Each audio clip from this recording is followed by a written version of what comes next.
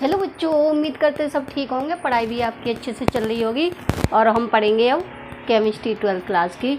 हमने पढ़ लिया एथिल ब्रोमाइड बनाने की प्रयोगशाला विधि भी हो गई है, वैसी विधि भी हो गई है। ठीक है, अब हम पढ़ेंगे एथिल ब्रोमाइड के भौतिक गुणधर्म। हेड डालो, एथिल ब्रोमाइड के भौतिक गुणधर्म।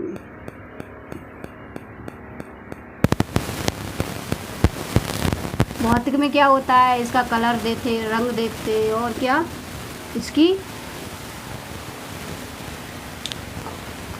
स्थिति यानी क्या होता है, जो इसकी द्रव लिक्विड गैस क्या होता है वो देखते हैं। ठीक है, तो यही सब इसमें देखने को मिलते हैं।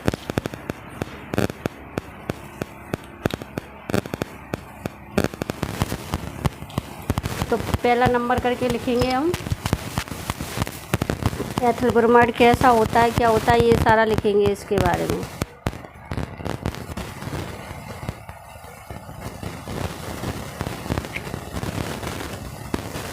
तो लिखो नंबर 1,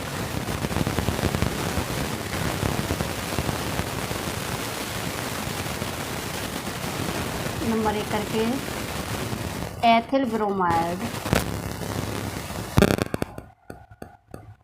एथिल ब्रोमाइड रंगहीन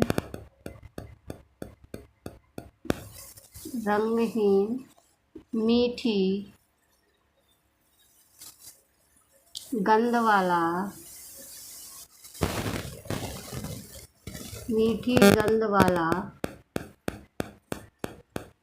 वाष्पशील, मीठी गंध वाला वाष्पशील भारी द्रव है।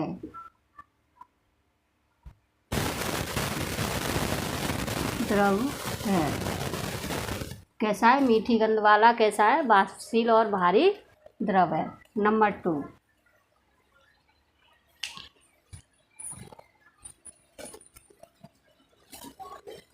नंबर 2 लिखोगे, यह कार्बनिक विलायकों में विलय, यह कार्बनिक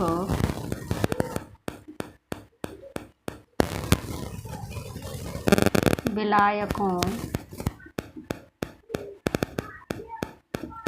में विलय। ठीक है, कार्बनिक विलायकों में कैसा होता है, विलय होता है, तथा जल में अविलेय होता है। अविलेय मतलब घुलता नहीं है। कार्बनिक विलायक में तो घुल जाता है, लेकिन जल में ये घुलता नहीं है, अविलेय होता है। कैसा होता है, अविलेय होता है। ठीक है,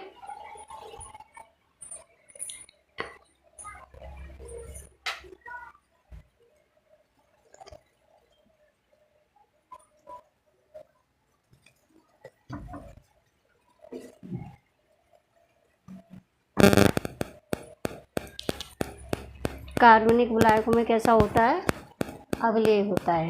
ठीक है, अगला नंबर लिखेंगे,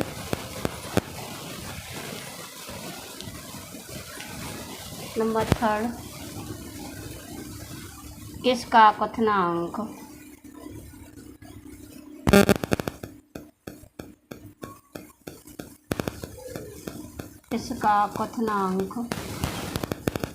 ठीक है 38.5 सेंटीग्रेड होता है। ठीक है, तो ये क्या थे, इसके भौतिक गुण यानी फिजिकल प्रॉपर्टी। ठीक है, जल्दी से नोट करो, फिर हम इसे रफ करते हैं।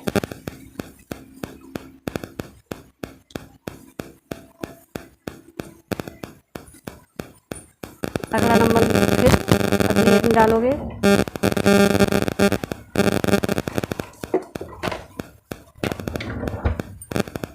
अगली हेडिंग डालो। अब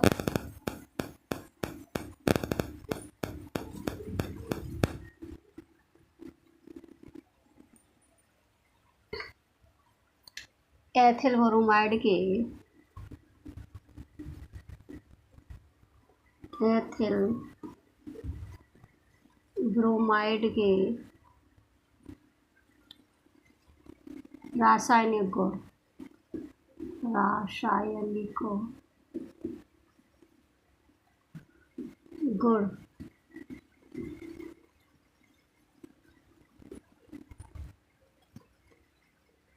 रासायनिक गुण। ठीक है,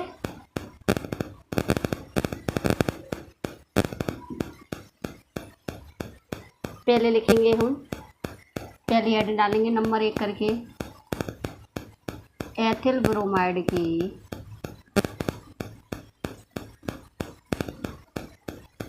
एथिल ब्रोमाइड की किसके साथ अभिक्रिया? हाइड्रोजन के साथ।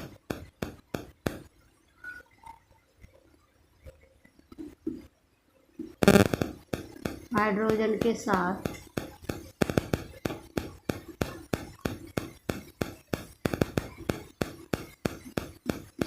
अभिक्रिया। ठीक है, तो लिखो,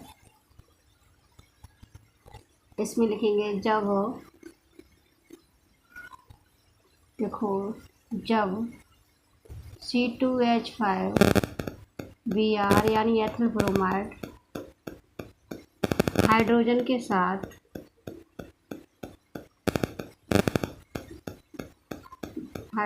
साथ अभिक्रिया करता है, अभिक्रिया करती है,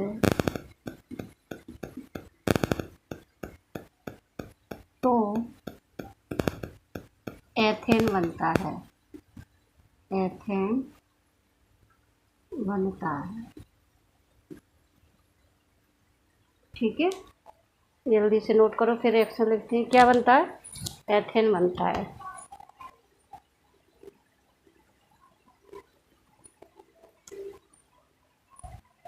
तो रिएक्शन लिख लो अब,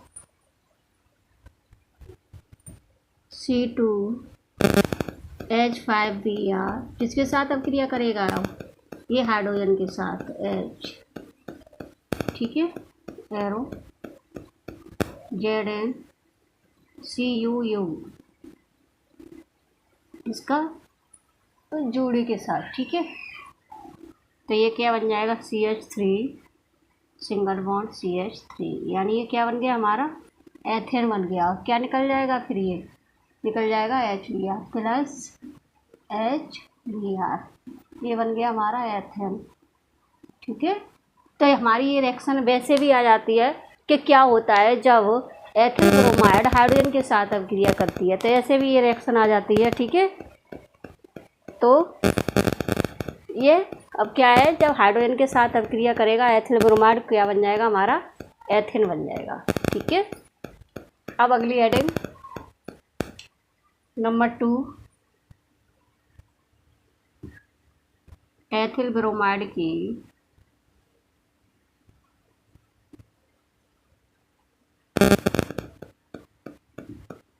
सिल्वर साइनाइड के साथ अभिक्रिया, सिल्वर साइनाइड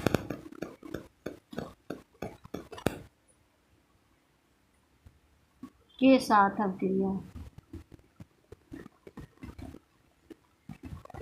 अब ये एक नंबर में अलग से भी आ जाती है। ऐसे क्या होगा जब एथिल ब्रोमाइड सिल्वर साइनाइड के साथ अभिक्रिया करेगा? ठीक है, तो इस तरह से भी ये आ जाती है हमारी रिएक्शन। तो लिखेंगे इसमें, लिखो, जब C2H5Br यानी एथिल ब्रोमाइड किसके साथ? सिल्वर AgCN के साथ अभिक्रिया करता है,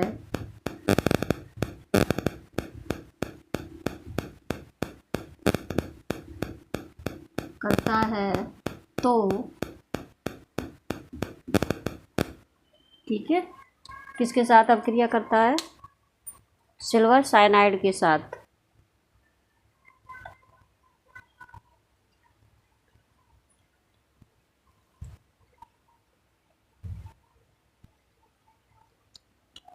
करता है तो एथिल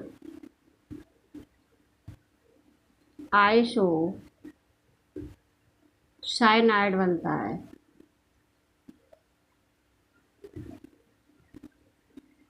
एथिल आइसो साइनाइड बनता है। ठीक है, रिएक्शन लिख दो। रिएक्शन हो जाएगी हमारी C2H5Br, जिसकी हम अपक्रिया करा रहे हैं वो लिख देंगे, प्लस किसके साथ अपक्रिया करेगा, Ag यानी सिल्वर साइनाइड। तो क्या हो जाएगा, AgCN, एरो लगाएंगे। ठीक है, एरो के बाद हमें क्या बनाना है, एथिल आइसोसाइनाइड। ठीक है, तो क्या हो जाएगा हमारा C2H5 डबल बॉन्ड C, और ये एरो के द्वारा इससे इलेक्ट्रॉन प्लस AgBr निकल जाएगा, यानी ये हमारा बन गया एथिल साइनाइड। ठीक है, आइसोसाइनाइड, तो इसका नाम हो जाएगा एथिल आइसोसाइनाइड। अब ये हमारी दो रिएक्शन हो गई। अब रिएक्शन ऐसे ही आती हैं कि उससे जुड़ा होगा कि एथिल ब्रोमाइड बनाने की प्रयोगशाला विधि लिखी है, और क्या होगा जब एथिल ब्रोमाइड सिल्वर साइनाइड के साथ अपक्रिया करेगा, या दो रिएक्शन या तीन जुड़ी हुई आती है उसके साथ। ठीक है, तो इस तरह से ये जल्दी से नोट करो, फिर आगे बढ़े।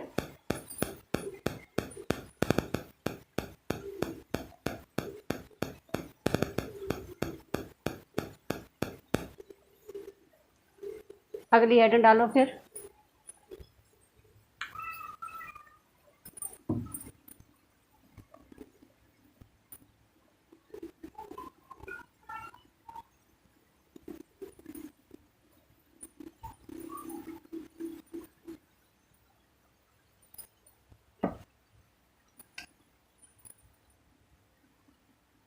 दो रिएक्शन हो गई, थर्ड। ठीक है, अब लिखो एथिल ब्रोमाइड की, लिखो एथिल ब्रोमाइड की बेंजीन के साथ अपक्रिया, बेंजीन के साथ अपक्रिया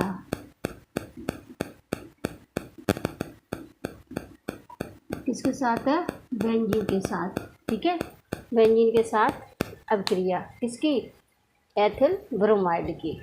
ठीक है, तो लिखो इसे हेडिंग के रूप में इस तरह से कर दिया करो। लिखो जब C2H5Br किसके साथ अपक्रिया करेगा, C2H5Br बेंजीन C6H6 फार्मूला होता है हमारा बेंजीन का, ये तो तुमने 11th में पढ़ा होगा। ठीक है, तो C6 बेंजीन के साथ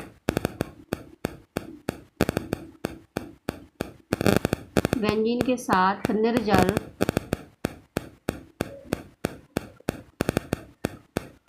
AlCl3 की उपस्थिति में, AlCl3 की उपस्थिति में अपक्रिया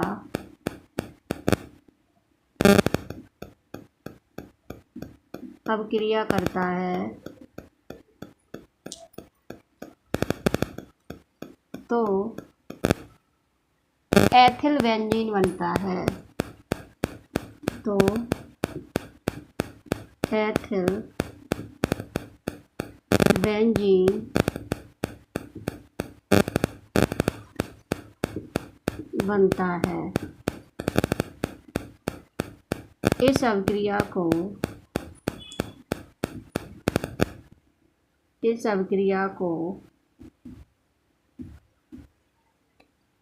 पहले इतना ही लिख लो, एथिल बेंजीन बनता है। ठीक है, अब रिएक्शन लिख दो। हम रिएक्शन क्या बनेगी हमारी, एथिल ब्रोमाइड किसके साथ, C2H5Br, एथिल ब्रोमाइड किसके साथ रिएक्शन करेगा, बेंजीन यानी C6H6, एरो लगाएंगे। प्रेजेंस क्या है हमारी, AlCl3 निर्जल, AlCl3 यानी निर्जल।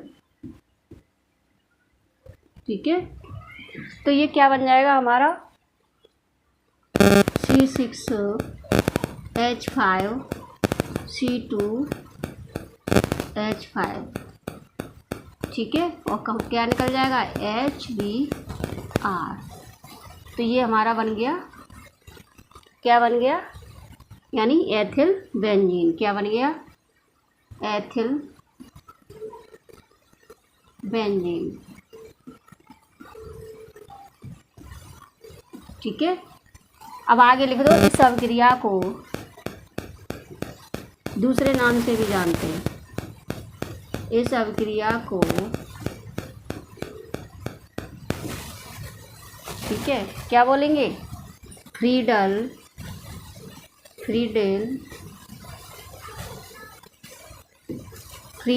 क्रॉफ्ट अभिक्रिया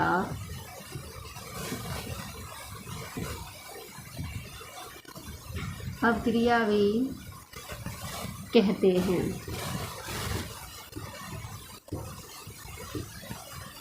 फ्रीडल क्रॉफ्ट अभिक्रिया भी कहते हैं, ठीक है।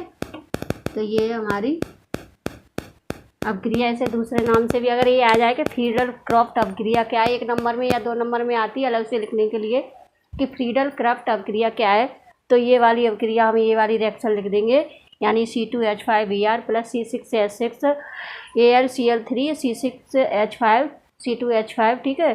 तो ये हमारी क्या हो जाएगी, फ्रीडल क्रॉफ्ट अभिक्रिया भी हो जाएगी, ठीक है। तो जल्दी से ये नोट करो।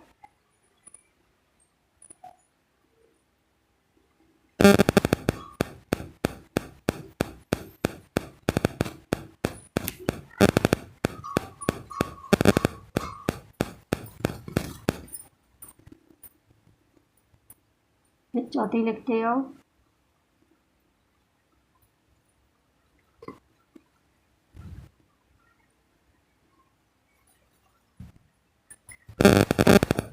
फोर्थ नंबर,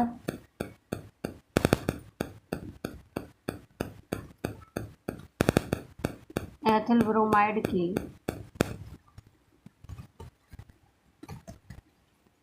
ठीक है, एथिल ब्रोमाइड की Mg यानी मैग्नीशियम के साथ अभिक्रिया, Mg के साथ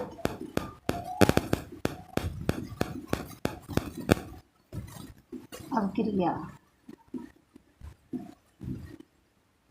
ठीक है।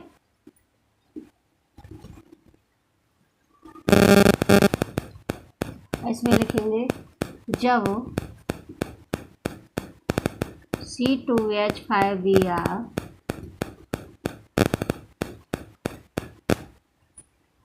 शुष्क ईथर की उपस्थिति में, शुष्क ईथर की उपस्थिति में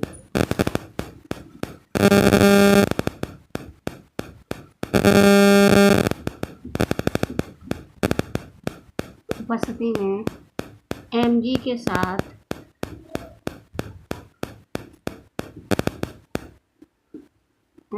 साथ अभिक्रिया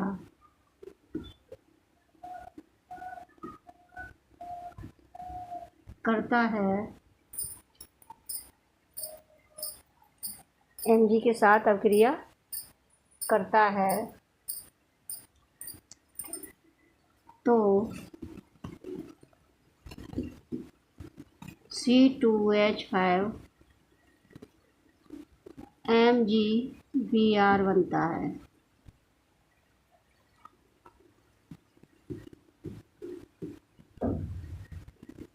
ठीक है। अब हम रिएक्शन लिख देंगे। रिएक्शन होगी हमारी C2H5Br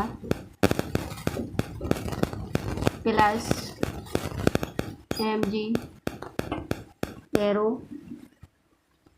शुष्क ईथर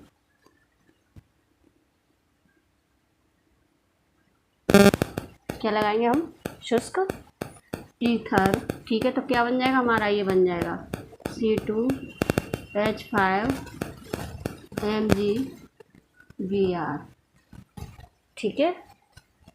अब आगे लिख देंगे इसे, इस अभिक्रिया को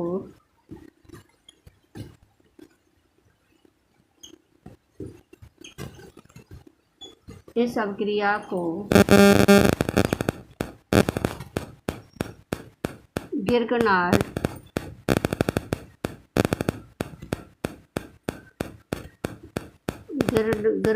अवकर्मक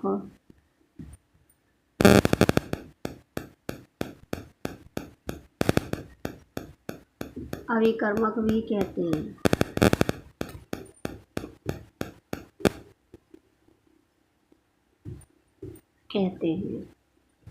ठीक है, तो ये किसके, अगर ये आ जाएगा गिरगनार्ड अभिक्रिया बताइए तो ये अभिक्रिया लिख देंगे हम। ठीक है, क्या गिरगनार्ड अभिक्रिया बताइए तो कौन सी लिख देंगे, ये वाली रिएक्शन लिख देंगे। या फिर जुड़ी हुई आएगी जैसे कि एथिल ब्रोमाइड बनाने की प्रयोगशाला विधि लिखिए तथा एथिल ब्रोमाइड से गिरगनार्ड कैसे प्राप्त करेंगे ये भी बताइए। तो इस तरह से ये रिएक्शन आती है, तो जल्दी से नोट करो, फिर आगे लिखते हैं।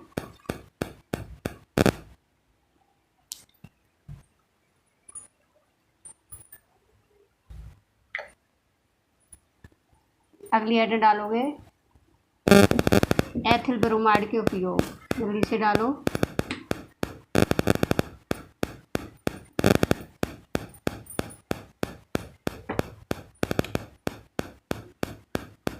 लिखो एथिल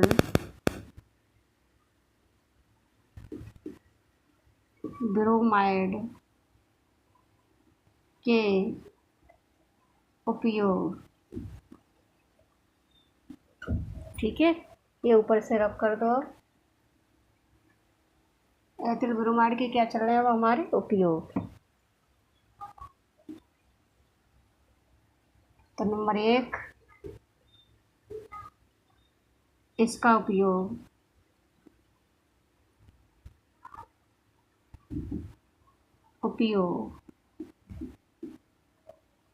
निश्चेतक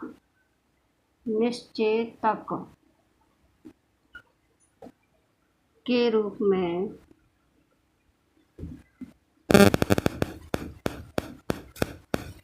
किया जाता है।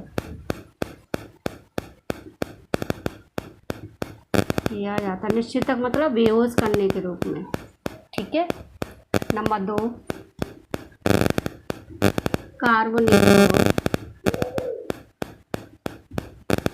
कार्बनिक यौगिक के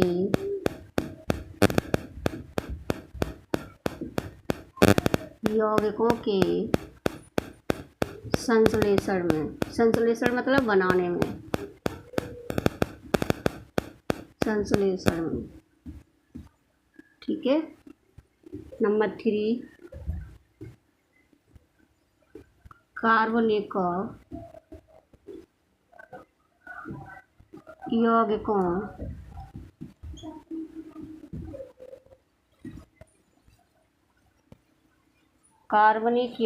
का एथिलीकरण करने में,